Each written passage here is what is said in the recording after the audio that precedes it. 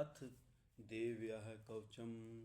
ओम अस्य श्री चंडी कवचस्य ब्रह्मा ऋषिः अनुष्टुप छंदः चामुंडा देवता अनन्यासोतमात्रो बीजम दिग्बंध देवता सत्तत्वम श्री जगदम्बा प्रीत्यर्थे सप्तति पाठं त्वेन जपे विनियोगः।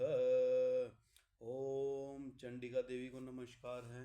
मार्कंडेय जी ने कहा, पितामह, जो इस संसार में परम गोपनीय तथा मनुष्यों की सब प्रकार से रक्षा करने वाला है और जो अब तक आपने दूसरे किसी के सामने प्रकट नहीं किया हो, ऐसा कोई साधन मुझे बताइए। ब्रह्मा जी बोले, ब्रह्मांड, ऐसा साधन तो एक देवी का कवच ही है जो गोपनीय से भी परम गोपनीय, पवित्र तथा संपूर्ण प्राणियों का उपकार करने वाला है। महामुने, उसे श्रवण करो। देवी की 9 मूर्तियां हैं जिन्हें नवदुर्गा कहते हैं। उनके पृथक पृथक नाम बतलाए जाते हैं। प्रथम नाम शैलपुत्री, दूसरी मूर्ति का नाम ब्रह्मचारिणी है, तीसरी स्वरूप चंद्र घंटा के नाम से प्रसिद्ध है, चौथी मूर्ति को कुसमांडा कहते हैं, पांचवी दुर्गा का नाम सकंद माता है, देवी के छठे रूपों कात्यायनी कहते हैं, सातवां कालरात्रि और आठवां स्वरूप महागौरी के नाम से प्रसिद्ध है, नवी दुर्गा का नाम सिद्धिदात्री है। ये सब नाम सर्वज्ञ महात्मा वेद भगवान द्वारा ही प्रतिपादित हुए हैं। जो मनुष्य अग्नि में जल रहा हो, रणभूमि में शत्रुओं से घिर गया हो, विषम संकट में फंस गया हो तथा इस प्रकार भय से आतुर होकर जो भगवती दुर्गा की शरण में प्राप्त हुए हो, उनका कभी कोई अमंगल नहीं होता। युद्ध के समय पर संकट में पड़ने पर भी उनके ऊपर कोई विपत्ति नहीं दिखाई देती। उन्हें शोक, दुख और भय की प्राप्ति नहीं होती। जिन्होंने भक्ति पूर्वक देवी का स्मरण किया है, उनका निश्चय ही अभ्युदय होता है। देवेश्वरी, जो तुम्हारा चिंतन करते हैं, उनकी तुम निसंदेह रक्षा करती हो। चामुंडा देवी प्रेत पर आरूढ़ होती है, वाराही भैंसे पर सवारी करती है, इंद्र का वाहन ऐरावत हाथी है, वैष्णवी देवी गरुड़ पर ही आसन जमाती है, माहेश्वरी वृषभ पर आरूढ़ होती है, कौमारी का वाहन मयूर है, भगवान विष्णु की प्रियतमा लक्ष्मी देवी कमल के आसन पर विराजमान है और हाथों में कमल धारण किए हुए हैं। वृषभ पर आरूढ़ ईश्वरी देवी ने श्वेत रूप धारण कर रखा है। ब्रह्माही देवी हंस पर बैठी हुई है और सब प्रकार के आभूषणों से विभूषित हैं। इस प्रकार ये सभी माताएं सब प्रकार की योग शक्तियों से संपन्न हैं। इनके सिवा और भी बहुत सी देवियां हैं जो अनेक प्रकार के आभूषणों की शोभा से युक्त तथा नाना प्रकार के रत्नों से सुशोभित हैं। ये संपूर्ण देवियां क्रोध में भरी हुई हैं और भक्तों की रक्षा के लिए रथ पर बैठी दिखाई देती हैं। ये शंख, चक्र, गदा, शक्ति, हल और मूसल, खेटक और तोमर, परशु तथा पास, कुंत और त्रिशूल एवं उत्तम शार्क धनुष आदि अस्त्र शस्त्र अपने हाथों में धारण करती है। दैत्यों के शरीर का नाश करना, भक्तों को अभयदान देना और देवताओं का कल्याण करना, यही उनके शस्त्र धारण का उद्देश्य है। आरंभ करने के पहले इस प्रकार प्रार्थना करनी चाहिए। महान रौद्र रूप, अत्यंत घोर पराक्रम, महान बल और महान उत्साह वाली देवी, तुम महान भय का नाश करने वाली हो। तुम्हें नमस्कार है। तुम्हारी ओर देखना भी कठिन है। शत्रुओं का भय बढ़ाने वाली जगदम्बिके, मेरी रक्षा करो। पूर्व दिशा में इंद्र शक्ति मेरी रक्षा करे। अग्नि कोण में अग्नि शक्ति, दक्षिण दिशा में वाराही तथा नृत्य कोण में खड्गधारिणी मेरी रक्षा करे। पश्चिम दिशा में वारुणी और वायव्य कोण में मर्ग पर सवारी करने वाली देवी मेरी रक्षा करें। उत्तर दिशा में कौमारी और ईशान कोण में शूलधारिणी देवी रक्षा करें। ब्रह्माणी, तुम ऊपर की ओर से मेरी रक्षा करो और वैष्णवी देवी नीचे की ओर से मेरी रक्षा करें। इसी प्रकार सब को अपना वाहन बनाने वाली चामुंडा देवी दसों दिशाओं में मेरी रक्षा करें।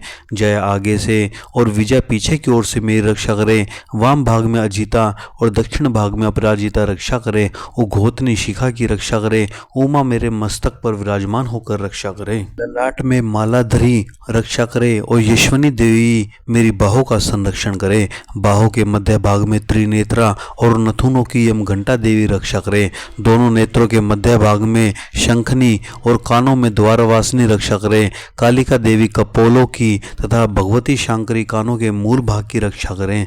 नासिका में सुगंधा और ऊपर के ओठ में चर्चिका देवी रक्षा करे। नीचे के ओठ में अमृतकला तथा जीहा में सरस्वती देवी रक्षा करें। कौमारी दांतों की और चंडिका कंठ प्रदेश की रक्षा करे। चित्रघंटा गले की घाटी की और महामाया तालुओं में रहकर रक्षा करें। कामाक्षी थोड़ी की और सर्वमंगला मेरी वाणी की रक्षा करे। भद्रकाली ग्रीवा में और धनुर्धरी पृष्ठवंश मेरुदंड में रहकर रक्षा करे। कंठ के बाहरी भाग में नीलगिरवा और कंठ की नली में नलकूबरी रक्षा करे।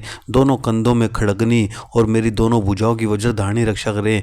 दोनों हाथों में दंडनी और अंगुलियों में अंबिका रक्षा करे। सुलेश्वरी नखों की रक्षा करे। कुलेश्वरी कुक्षी पेट में रहकर रक्षा करे। महादेवी दोनों सतनों की और शोक विनाशिनी देवी मन की रक्षा करे। ललिता देवी हृदय में और सूलधारणी उदर में रहकर रक्षा करे। नाभि में कामिनी और गुहा भाग की गुहेश्वरी रक्षा करे। पुतना और कामिका लिंग की और महिषवानी गुदा की रक्षा करे। भगवती कटी भाग में और विंध्यावासिनी घुटनों की रक्षा करे। संपूर्ण कामनाओं को देने वाली महाबला देवी दोनों पिंडलियों की रक्षा करे। नारसिंही दोनों घुटियों की और तेजस्वी देवी दोनों चरणों के पृष्ठ भाग की रक्षा करे। श्री देवी पैरों की अंगुलियों में और तलवासनी पैरों के तलवों में रहकर रक्षा करे। अपनी दाढ़ों के कारण भयंकर दिखाई देने वाली दृष्टा कराली देवी नखों की और ऊर्ध्वकेशनी देवी केशों की रक्षा करें। रामविल्लियों के छिद्रों में कोबेरी और त्वचा की वागीश्वरी देवी रक्षा करें। पार्वती देवी रक्त मज्जा वसा मांस हड्डी और मेद की रक्षा करे। आंतों की कालरात्रि और पित्त की मुक्तेश्वरी रक्षा करे। मूलाधार आदि कमल कोशों में पार्वती देवी और कफ में चूड़ामणि देवी स्थित होकर रक्षा करे। नख के तेज की ज्वालामुखी रक्षा करे। जिसका किसी भी स्तर से भेदन नहीं हो सकता, वह बेदा देवी शरीर की समस्त संधियों में रहकर रक्षा करें।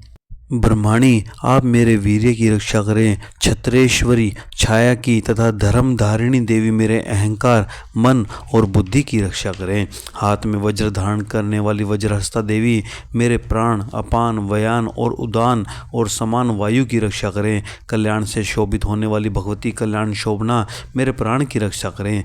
रस रूप गंध शब्द और स्पर्श इन विषयों का अनुभव करते समय योगिनी देवी रक्षा करें तथा सतोगुण रजोगुण और तमोगुण रक्षा सदा नारायणी देवी करें।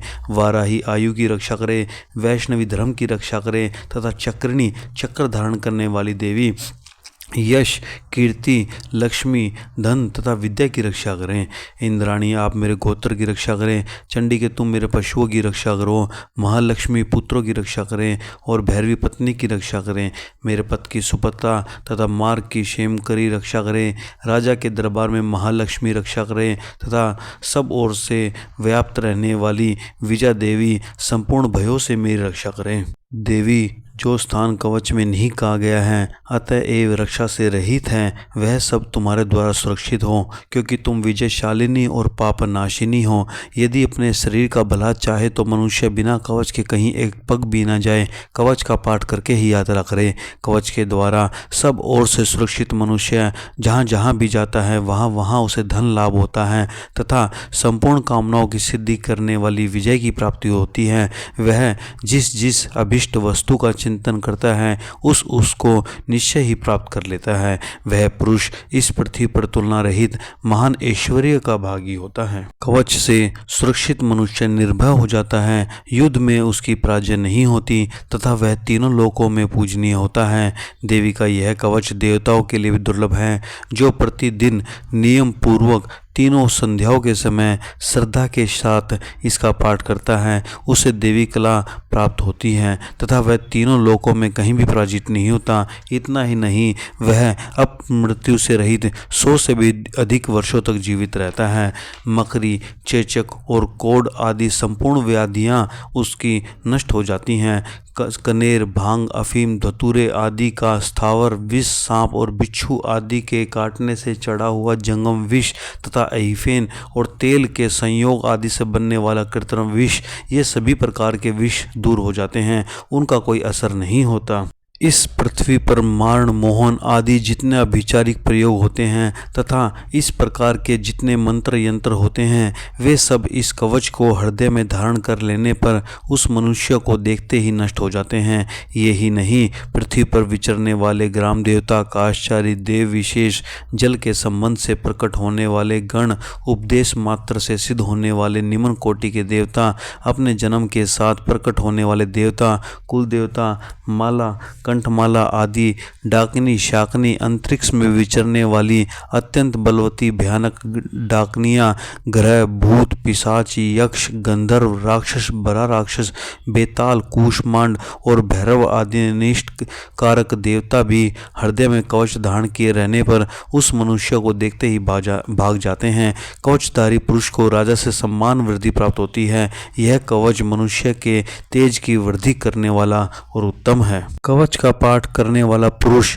अपनी कीर्ति से विभूषित भूतल पर अपने सुयश के साथ साथ वृद्धि को प्राप्त होता है। जो पहले कवच का पाठ करके उसके बाद सप्तशती चंडी का पाठ करता है, उसकी जब तक वन पर्वत और कानों सहित यह पृथ्वी टिकी रहती है, तब तक यहाँ पुत्र पौत्र आदि संतान परंपरा बनी रहती है। फिर देह का अंत होने पर वह पुरुष भगवती महामाया के प्रसाद से उस नित्य परमपद को प्राप्त होता है जो देवताओं के लिए दुर्लभ है। वह सुंदर दिव्य रूप धारण करता और कल्याण में शिव के साथ आनंद का भागी होता है। जगदम जगदम जगदम। अब अंत में आपसे एक छोटी सी अपील, अगर आपको हमारी वीडियो पसंद आई है तो कृपया वीडियो को लाइक, कमेंट व चैनल को सब्सक्राइब करना न भूलें। आपका ऐसा करने से हमें हौसला मिलता है, जिससे हम आपके लिए ऐसी ही अच्छी वीडियो लाते रहते हैं। धन्यवाद। जय माता की।